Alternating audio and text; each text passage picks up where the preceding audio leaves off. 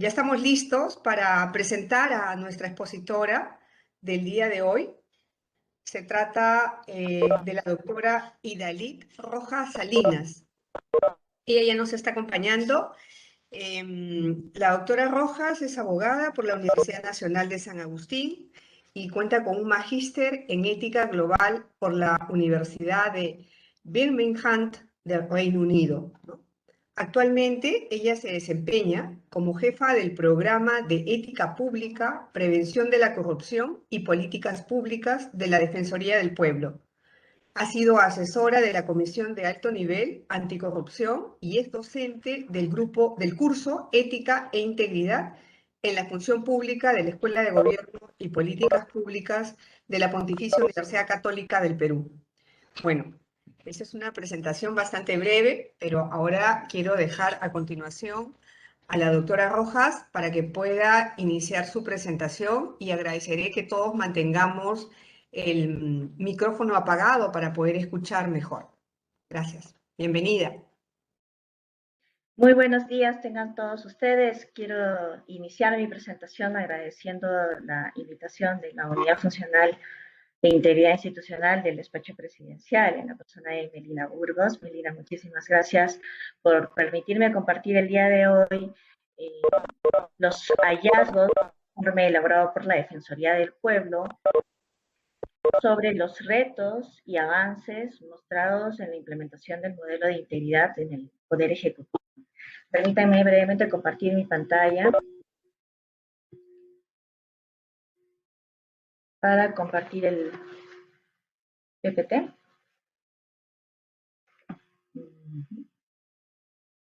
A ver.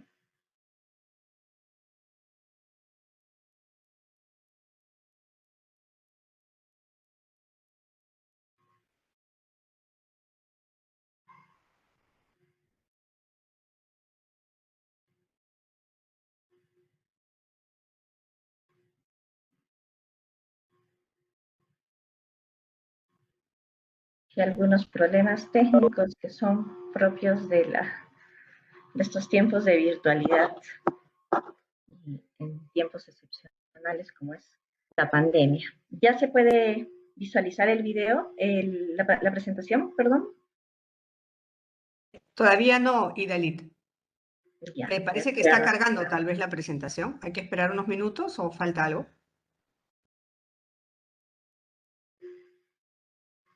Vamos a ver.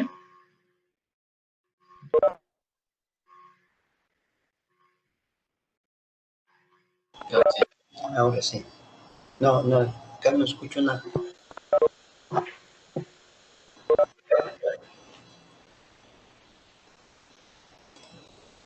Vamos a esperar, les pido las disculpas, les ofrezco las disculpas del caso. Vamos a ver si se puede resolver.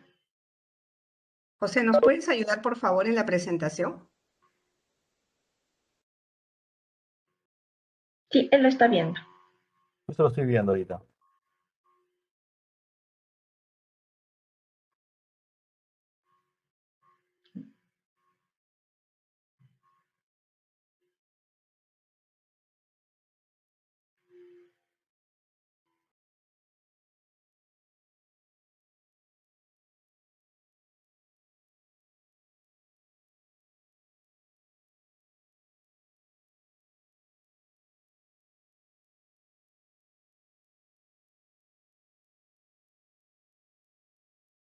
Y sí aparece, ¿verdad?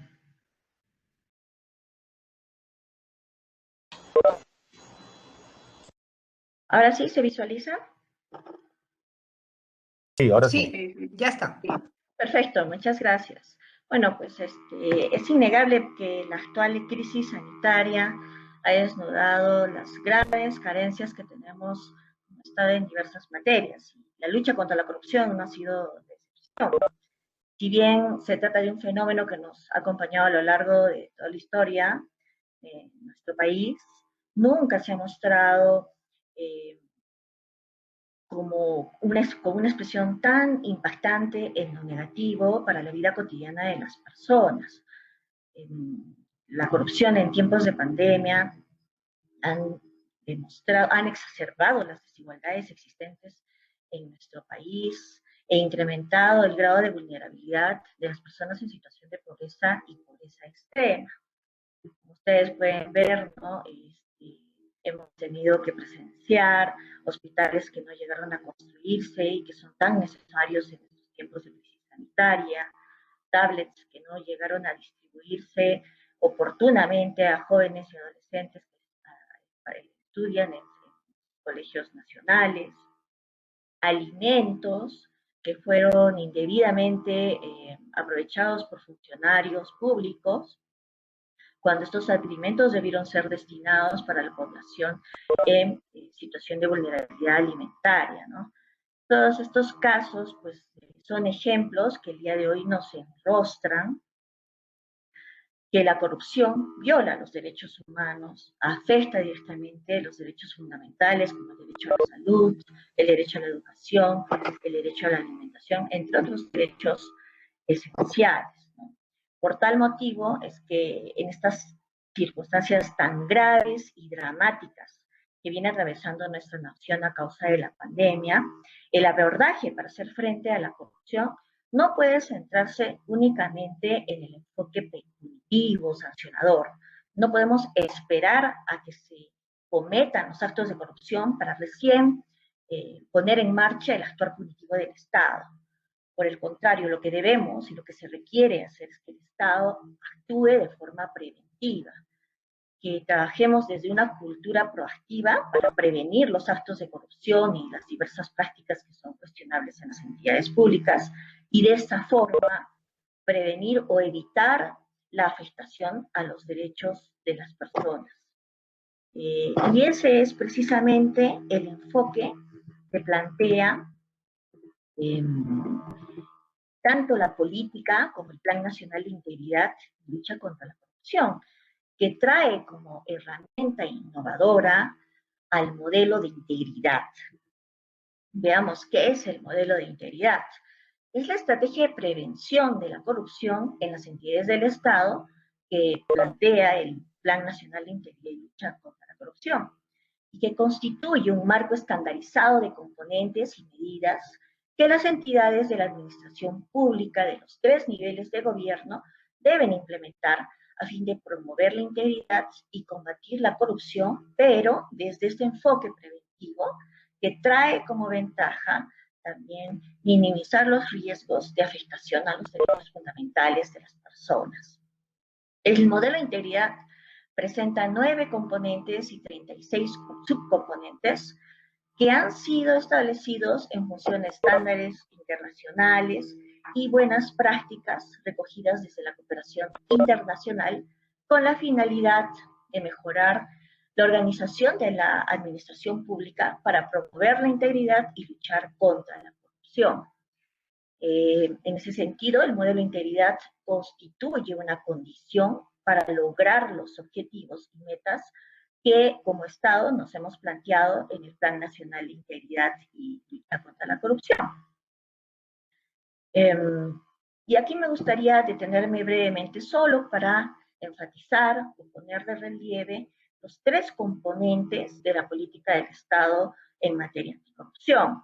Nos referimos a la Política Nacional de Integridad y Lucha contra la Corrupción, que fue publicada en septiembre de 2017, el Plan Nacional del mismo nombre, que fue publicado en abril de 2018 y que trae consigo esta estrategia de prevención de la corrupción, de promoción de la integridad en las entidades del Estado, que es el modelo de integridad. Estos 3 componentes son el resultado de un largo proceso de reforma que tomó fuerza entre los años 2015 al 2017 e involucró el desarrollo de estudios, de diagnósticos, mesas de trabajo, intercambios con organismos internacionales y la participación activa no solo de las entidades del Estado involucradas en la materia, sino también del sector privado y de la sociedad civil organizada. Esa confluencia de aportes que se dio en este periodo de tiempo, 2015, 2016 y 2017, incluyó la consulta de prácticas exitosas que han funcionado en otros países, así como la consulta de los estándares internacionales planteados tanto por organismos como la OCDE, la OEA, el Banco Mundial, el BID, la ONU, ¿no? Entonces, toda esa confluencia y esa consulta minuciosa, rigurosa y a profundidad que se realizó a lo largo de este periodo de años, culminó y se concretó en la publicación de estos tres componentes: la política, el plan y el modelo de integridad. En esa medida, nuestro país ya tiene un derrotero trazado en esta materia y resulta fundamental darle continuidad en los próximos años. Y esa continuidad incluye trabajar en este proceso de implementación del modelo de integridad. Y es por esos motivos que en el año 2019 la Defensoría del Pueblo, en el marco de sus atribuciones constitucionales, llevó a cabo una supervisión a los 19 ministerios del Poder Ejecutivo a fin de conocer el nivel de implementación de esta herramienta, de esta estrategia, y poder contar con un diagnóstico, puesto que a la fecha no había y no hay, tengo entendido, un documento público que establezca una línea de base sobre cuánto se ha avanzado, cuáles son los retos pendientes, los nudos críticos que están impidiendo que se puedan implementar los componentes y subcomponentes de este modelo. Entonces, bueno, este proceso involucró la consulta a los ministerios del Poder Ejecutivo, obviamente también a la Secretaría de Integridad Pública, que es el órgano rector en la materia en nuestro país. Y la fecha de levantamiento y corte de la información se dio en septiembre de 2019. ¿Cuáles fueron los alcances de esta supervisión que realizó la Defensoría del Pueblo?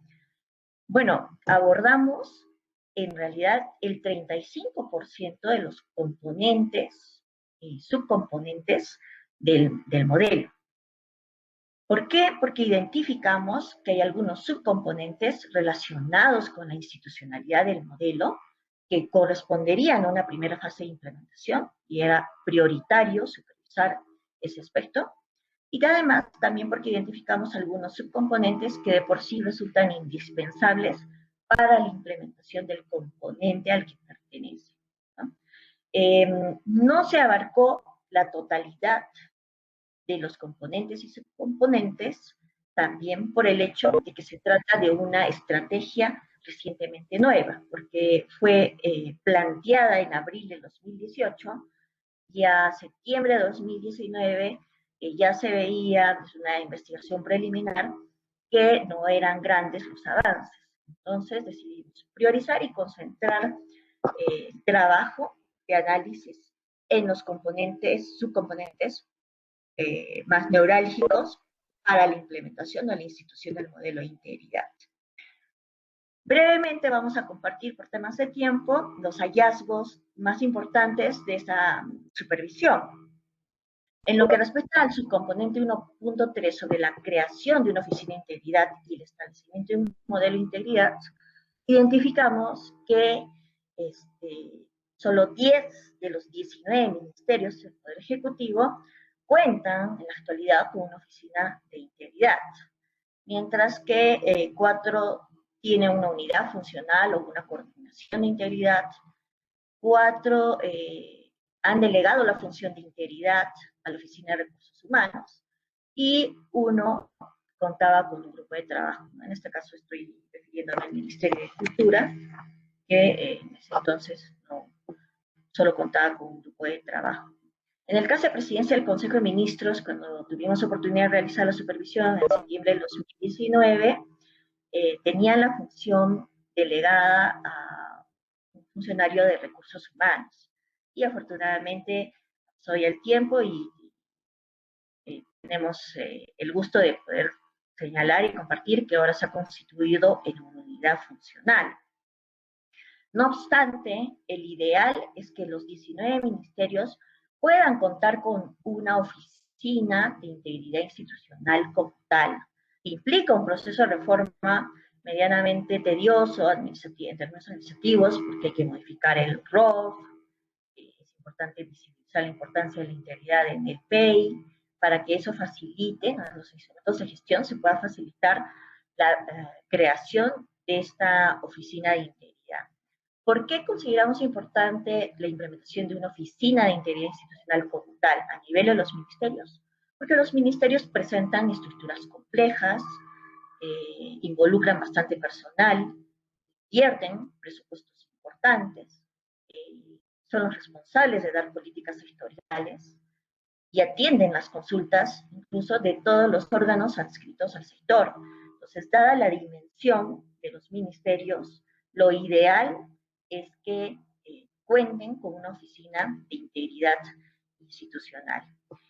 Y a partir de la supervisión que realizamos, lo que pudimos advertir también es que aquellos ministerios que cuentan con una oficina de integridad institucional ya consolidada, con un equipo de trabajo, han sido los ministerios que mejores niveles de implementación de los componentes del modelo de integridad han presentado.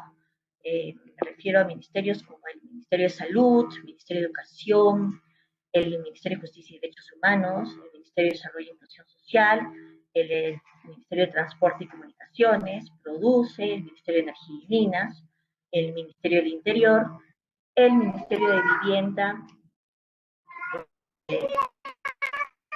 y el Ministerio de Economía y Finanzas, ¿no? Estos son los 10 ministerios que cuentan con una oficina de integridad institucional. En lo que respecta al componente de gestión de riesgos, supervisamos el subcomponente referido a la identificación, evaluación y mitigación de procesos o actividades que generen riesgos frente a la corrupción y otras prácticas cuestionadas. Lo que identificamos es que solo 6 ministerios contaban con una matriz de riesgos. Y de hecho, de estos 6 ministerios que cuentan con una matriz de riesgos, 4 de ellos lo hicieron en el marco de la implementación de su ISO antisoborno, que es una matriz de riesgos de corrupción, de soborno. No obstante, los riesgos se presentan de diversas formas en otras maneras o formas de corrupción, por lo que es una matriz de riesgos medianamente limitada. Ahora, es necesario encontrar una matriz de riesgos que permite conocer y dimensionar la temática específica de la identidad, ¿no? Realizar la realización de hechos de corrupción, hay altos márgenes de discrecionalidad, bajos niveles de transparencia, y a partir de ese cruce uno puede realizar un mapeo y elaborar un plan de trabajo para mitigar dichos riesgos. Es lamentable que 13 ministerios a la fecha no hayan podido realizar ese ejercicio como tal, focalizado en el tema de corrupción. Si bien es cierto, hay esfuerzos y en el marco de la implementación del sistema de control interno se da este ejercicio de identificación de riesgos, hablamos de riesgos de gestión, es un ámbito mucho más amplio de la identificación de riesgos de todo tipo. Uno de ellos es el de riesgos de corrupción, pero sí resulta vital poder contar con una metodología específica para mapear los riesgos de corrupción y diseñar estrategias para prevenir su ocurrencia, la ocurrencia de actos de corrupción. Lo que recogimos de las entrevistas con los ministerios es su dificultad para elaborar eso, dada la ausencia de lineamientos que te permitan orientar y contar con una metodología específica sobre cómo realizar este ejercicio.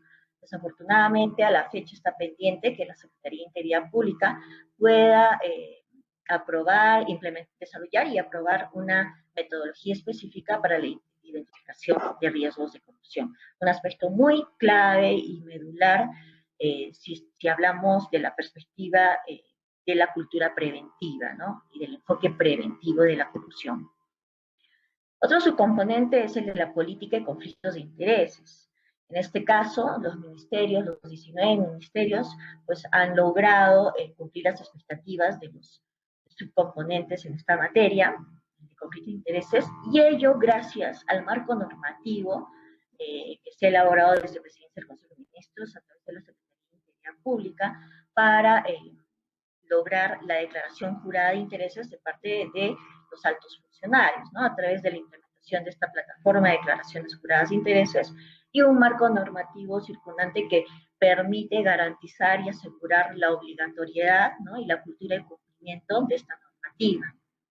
En esta medida ha sido determinante el marco normativo que se ha planteado para lograr un alto cumplimiento de este componente, ¿no? Es uno de los componentes en los que más se ha avanzado. Otro subcomponente que supervisamos fue la implementación del sistema de control interno, y en este caso la acción sugerida que plantea el modelo de integridad era específicamente si el hecho que los ministerios dispongan en su página web alguna sección específica donde brinden información sobre los avances de la implementación del control interno. En este caso, 16 ministerios lograron cumplir esta expectativa y 3 ministerios estaban pendientes de implementación. Según realizamos la supervisión en esa época, el presidente del Consejo de Ministros se encontraba pendiente de cumplir con este requerimiento.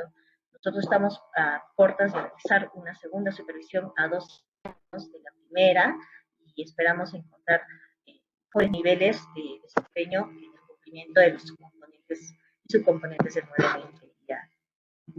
Otro componente es el vinculado a la inducción en integridad a personal entrante. Y el aspecto específicamente supervisado fue el vinculado a la elaboración de módulos o presentaciones de inducción sobre la política de integridad para el personal que se incorpora a la entidad, ¿no?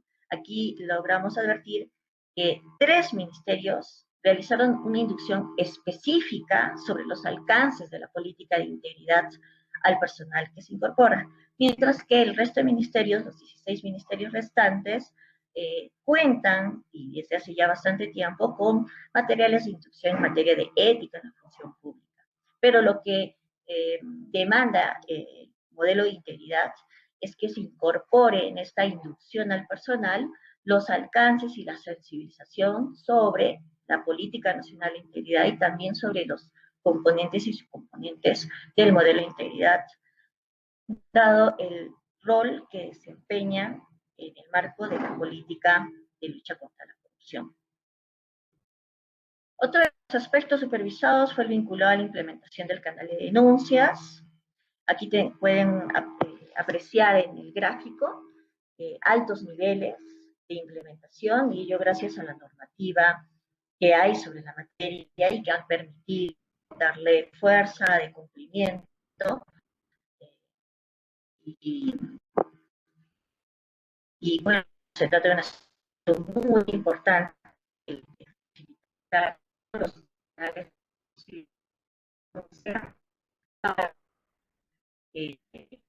promover el aspecto sanador, ¿no? Y no ir la impunidad en el ámbito de la lucha contra la corrupción. Otro de los aspectos vinculados al canal de denuncias es sobre las denuncias anónimas, y también gracias al marco normativo del decreto legislativo 1327 y sus posteriores modificaciones, todos los ministerios garantizan, ponen a disposición este mecanismo para recibir las denuncias anónimas. En lo que respecta a los mecanismos de protección al denunciante, también gracias a ese marco normativo implementado hace algunos años, los 19 ministerios cuentan con los mecanismos a través de las oficinas de integridad institucional para garantizar el otorgamiento de medidas de protección al denunciante. Es un componente vinculado a la evaluación de efectividad de los componentes del modelo de integridad, ¿no? Ahí consultamos y se contaba con un instrumento para realizar el seguimiento y monitoreo al modelo de integridad. Muchos ministerios nos señalaron que tenían un pequeño plan interno para implementar medidas de integridad que responden al cumplimiento de las acciones de integridad que antes se le denominaba planes institucionales de integridad. Sin embargo, lo que demanda el modelo de integridad es algo medianamente distinto. Demanda que cada ministerio haga el esfuerzo de tener un plan de trabajo a mediano, largo, corto plazo para ir implementando paulatinamente los componentes del modelo de integridad. Uno de esos componentes son las acciones de integridad, pero el modelo es algo mucho más comprensivo. De ahí que solo 6 ministerios lograron reportar, contar con un plan interno para paulatinamente trabajar en la implementación de los componentes del modelo, mientras que 13 ministerios señalaron que no contaban con ese plan y tampoco pudieron pues, adjuntar alguna documentación que dé cuenta de que estaban trabajando o contaban con un plan para implementar el modelo. Mayormente son estos 6 ministerios que cuentan con una oficina institucional, que tienen un equipo que está abocado a eso.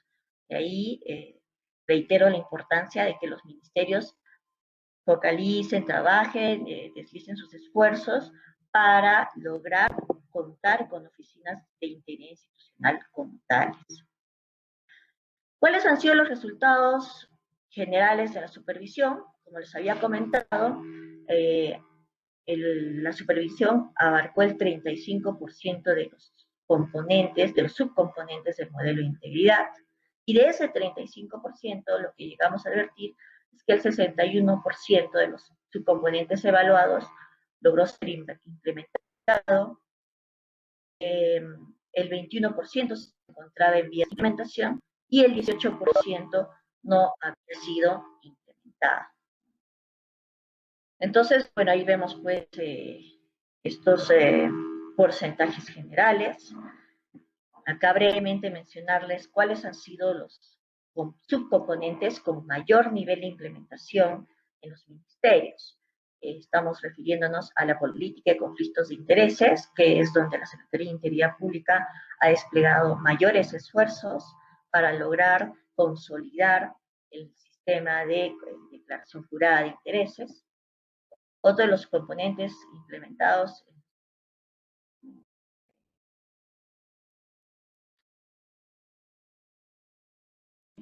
es el que a la normativa tenemos los componentes vinculados a las denuncias, a las normas y a la protección al migrante. ¿Cuáles han sido los subcomponentes con menor nivel de implementación? Bueno, tenemos el caso del subcomponente 1.4 que está vinculado a visibilizar la integridad como objetivo institucional, y eso implica colocarlo como un objetivo estratégico institucional, para que a partir de ese instrumento de planificación pueda ser también incluido en los POI institucionales, ¿no? En la planificación institucional. Otro de los componentes que menor nivel de implementación presentaron es el vinculado a la identificación y evaluación de riesgos de corrupción, y eso da debido a la carencia de un marco normativo que permita uniformizar, estandarizar y orientar el actuar de los ministerios para que puedan llevar a cabo de forma adecuada el mapeo de sus riesgos de corrupción y por ende el plan para mitigarlos. Otro de los componentes es la inducción en integridad al personal entrante en temas vinculados con la política de integridad y el modelo, y el de la evaluación de la efectividad de los componentes del modelo de integridad. En este aspecto también fue muy bajo el cumplimiento de los ministerios, señalando algún tipo de diagnóstico, diciendo, bien, este año son tantos los componentes que hemos logrado implementar, no pudimos implementar estos otros por tales motivos, obstáculos, y plantear recomendaciones. Ese es un ejercicio fundamental en el marco de este proceso de implementación de esta estrategia de prevención que es tan importante para prevenir la ocurrencia de corrupción. Entonces podemos concluir la falta de lineamientos específicos y de marcos normativos que orienten y regulen el trabajo que realizan las instancias encargadas de implementar la función de integridad ha sido una de las razones que ha limitado la implementación de algunos subcomponentes del modelo de integridad.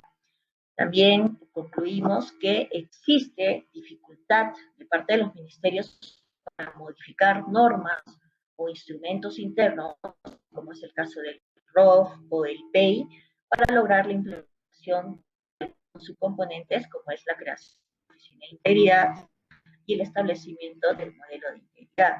Asimismo, concluimos, entre otros, que el rol de la Secretaría de Integridad Pública es fundamental para asegurar la implementación del modelo de integridad, desarrollando el marco normativo requerido. ¿Qué recomendaciones destacamos en esta oportunidad del informe defensorial? Bueno, las recomendaciones formuladas a la Secretaría de Integridad Pública, consistente en recomendarle al CIP que establezca una estrategia de implementación del modelo de integridad.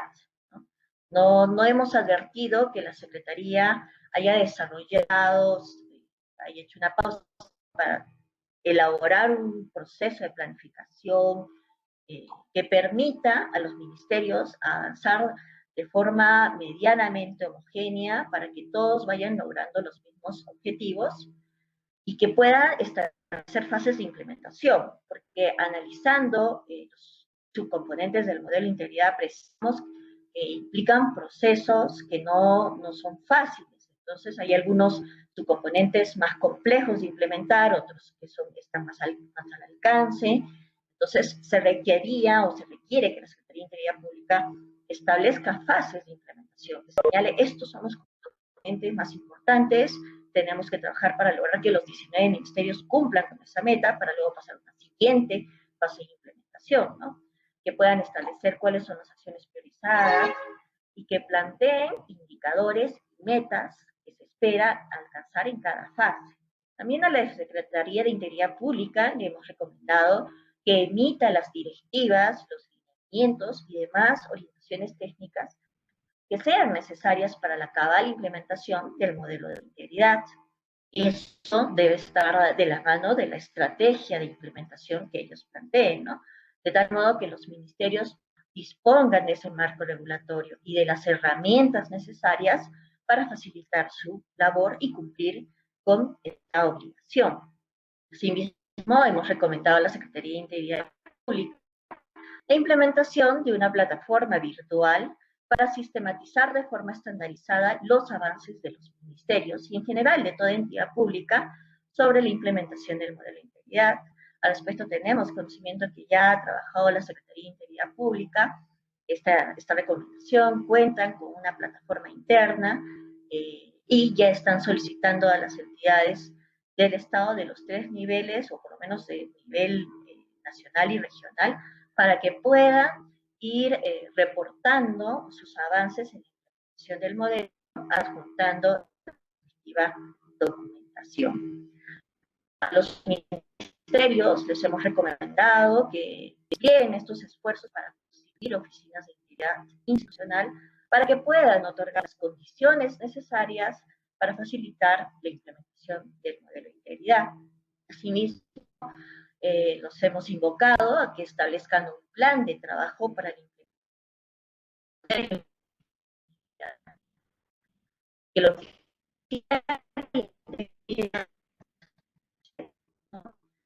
final un reporte sobre qué es lo que logró cumplir en función de ese plan.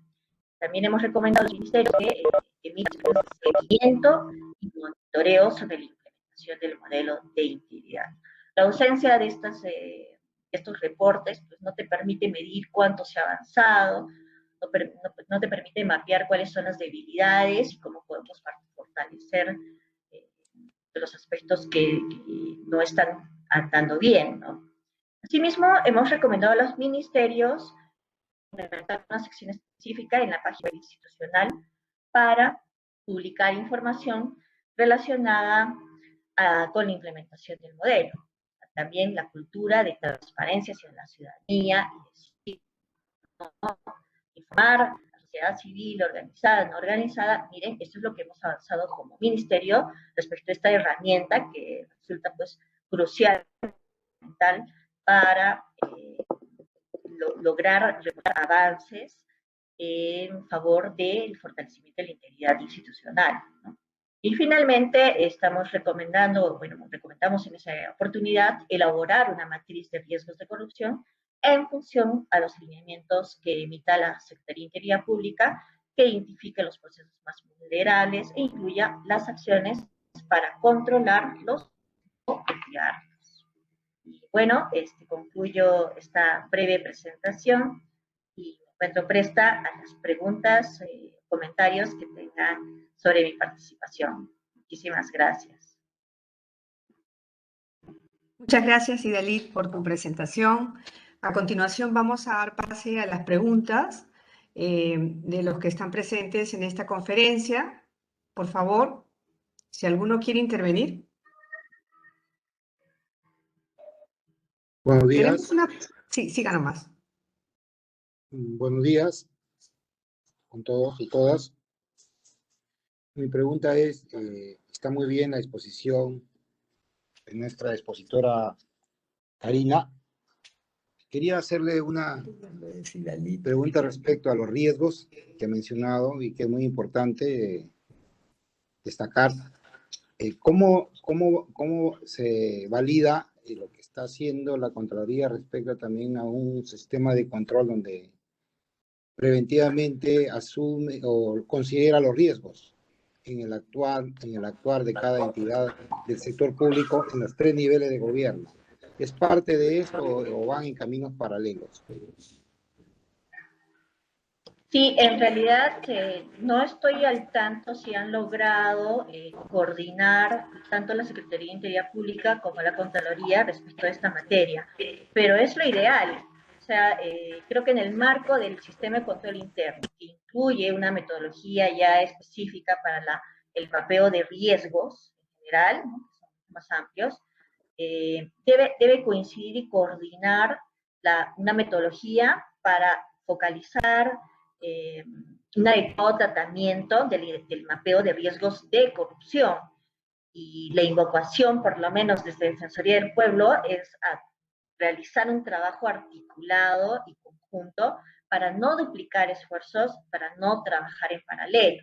El oficial de integridad funge no solo de responsable de velar por la integridad de los servidores y funcionarios de seguridad, sino también cumple el rol articulador con varias de las áreas involucradas en la promoción de la integridad. Una de ellas es la Oficina de Control Institucional, de ahí la importancia de que sea un actor clave en este proceso del mapeo de riesgos para brindar los aportes necesarios en lo que concierne al mapeo de riesgos de corrupción.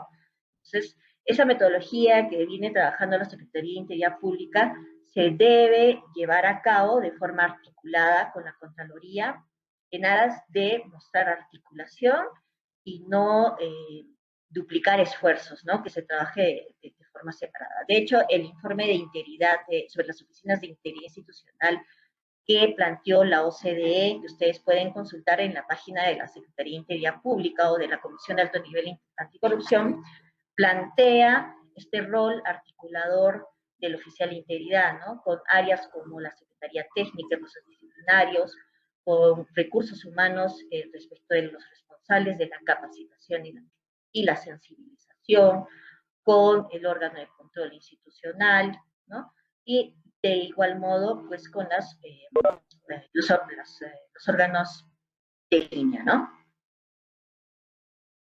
No sé si quedó satisfecha la consulta. Sí, gracias. Gracias, Idalit. Tenemos otra pregunta en el chat que dice lo siguiente, es de Hugo Adrián. Si bien las distintas normativas son un elemento importante de la infraestructura ética, no bastan, sino que requieren de otros elementos u otros mecanismos para buscar hacerla efectiva. La Política Nacional de Integridad debe cumplirse. ¿Cómo lograrlo? Pregunta. No se puede esperar simplemente que las entidades lo hagan, sino que debe exigirse desde el Ejecutivo, que debe a su vez liderar con el ejemplo y esto a su vez más allá de cada gobierno de turno, lo que supone ciertamente una gran dificultad para la lucha contra la corrupción. Sí, efectivamente, hemos dado grandes pasos con estos componentes que son parte de la política de lucha contra la corrupción en nuestro país, ¿no? La política, el plan, el modelo de integridad. Sin embargo, hay algunas reformas que resultan importantes y que me gustaría compartirlas porque deben estar mapeadas en el ideario del debate público, ¿no? Y me refiero a la necesidad de que los oficiales de integridad puedan ser elegidos bajo mecanismos que aseguren que vamos a escoger al profesional más idóneo, no solo en términos profesionales, sino también de integridad. Pero a su vez, resulta importante reforma lograr que estos oficiales de integridad cuenten con suficiente autonomía e independencia respecto de sus titulares para poder dar seguimiento a la implementación del modelo de integridad y poder cumplir todas las funciones tan delicadas que se les ha asignado, como es el hecho de garantizar y otorgar las medidas de protección a los denunciantes, hacer seguimiento a la Secretaría Técnica de Procesos Disciplinarios respecto de las investigaciones y las propuestas de sanción que planteen estos órganos de apoyo, y lograr, ¿no?, garantizar la denuncia de los actos que se den en las entidades sin verse combinados o sujetos a la voluntad del titular, y asimismo promover la integridad ofreciendo la labor de asesoría que fungen los oficiales de integridad, porque ellos no son los que van a investigar y sancionar, ellos cumplen un rol distinto al de la Secretaría Técnica, ellos tienen la labor delicada de servir de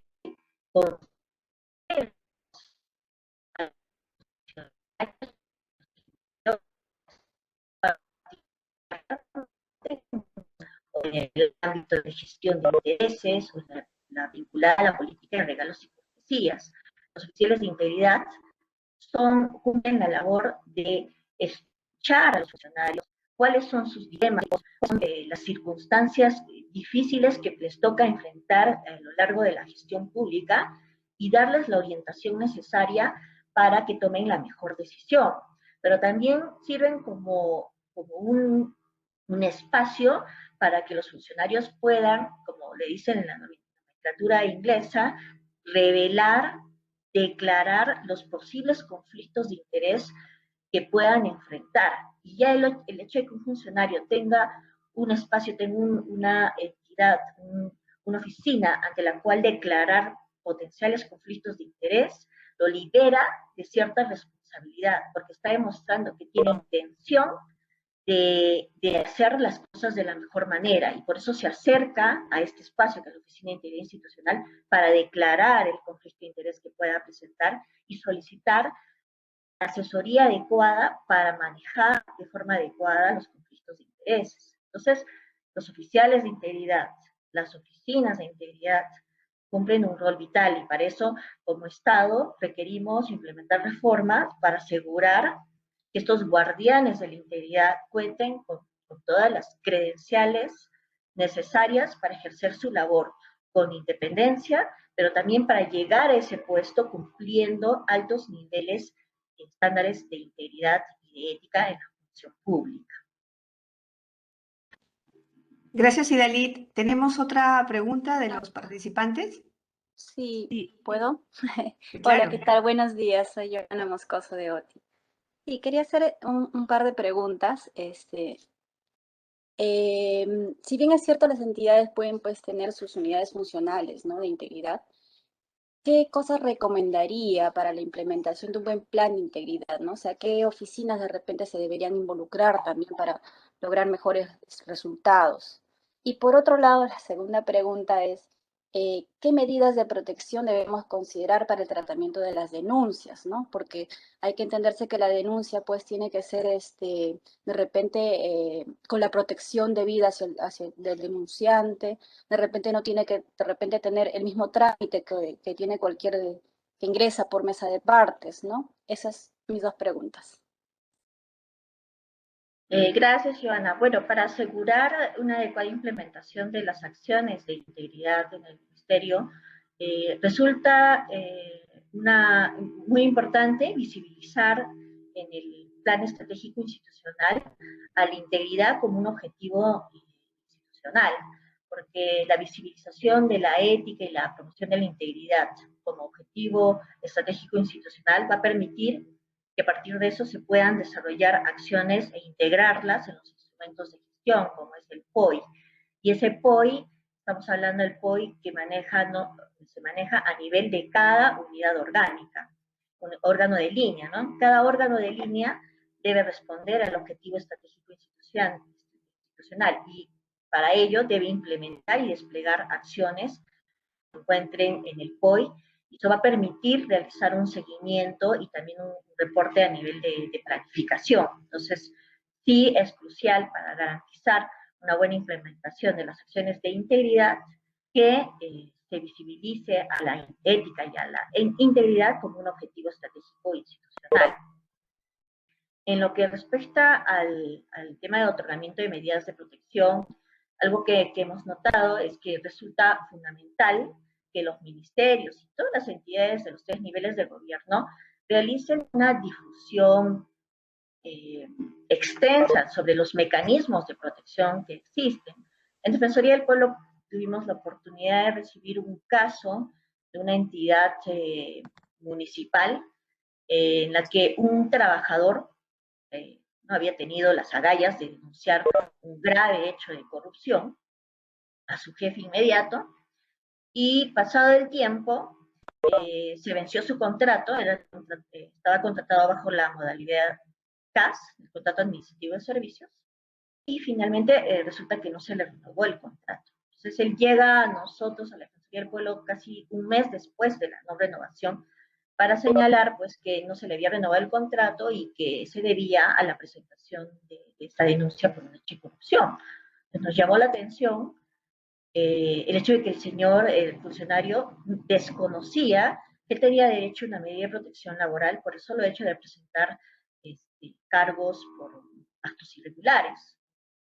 Cuando hicimos la consulta a la oficial de integridad de esta municipalidad, al responsable de integridad, lo que nos indicó es que el señor nunca solicitó las medidas. Entonces, si el denunciante no solicita de forma expresa las medidas, entonces no se le otorgan las medidas. Eso está pasando en la práctica y es un mal ejemplo, o sea, sienta un mal precedente porque el resto de personas que quisieran denunciar se ven disuadidos porque piensan que la consecuencia es perder el trabajo. Entonces sí, desde Defensoría hemos sido muy enfáticos en recomendar a varias entidades y en varios de los procesos que se han desplegado en el marco de la emergencia sanitaria, como el de la distribución de canastas familiares o el del traslado humanitario, hemos recomendado que las instituciones, en este caso gobiernos regionales y municipalidades, responsables de administrar presupuesto, refuercen la difusión de los mecanismos de protección a los denunciantes. Y dentro de eso está el hecho de que los denunciantes conozcan que deben requerir las medidas de protección, pero también está de por medio la invocación a los oficiales de integridad de ofrecer al denunciante, de plantearle que existen estos mecanismos de protección y que dada la situación o la coyuntura o el análisis que realice este oficial de integridad, sugerirle que solicite una medida de protección, en este caso laboral, tratándose de un funcionario o un servidor que trabaja para la entidad, ¿no?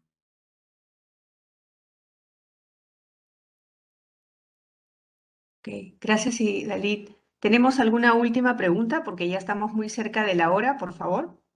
Sí, buenos días. Mi nombre es Never. Yo quería hacerle la consulta. El Estado tiene muchas leyes, normas anticorrupción. Sin embargo, todo está en el papel.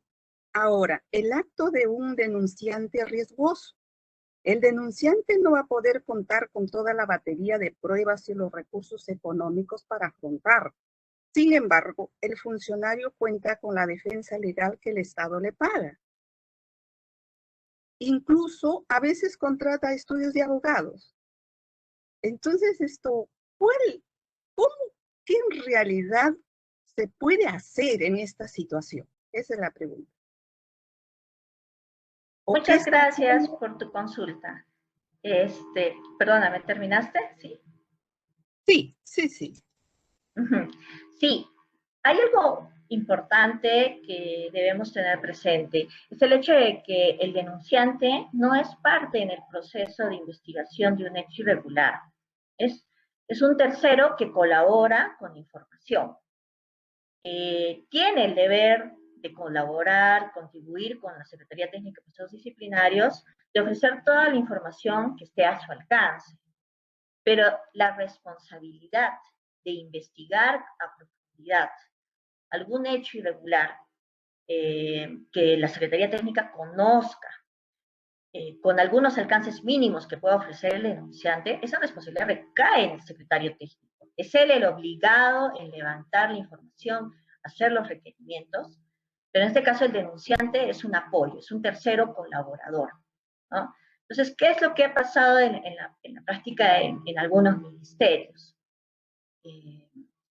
Por ejemplo, la Superintendencia Nacional de Migraciones. Recuerdo que cuando me tocó laborar ahí, tomé conocimiento de muchos casos, de muchas denuncias que quedaron en el tintero, que fueron archivadas sin mayor documentación, las denuncias traspapeladas. ¿Y eso por qué? Porque no había un sistema que permita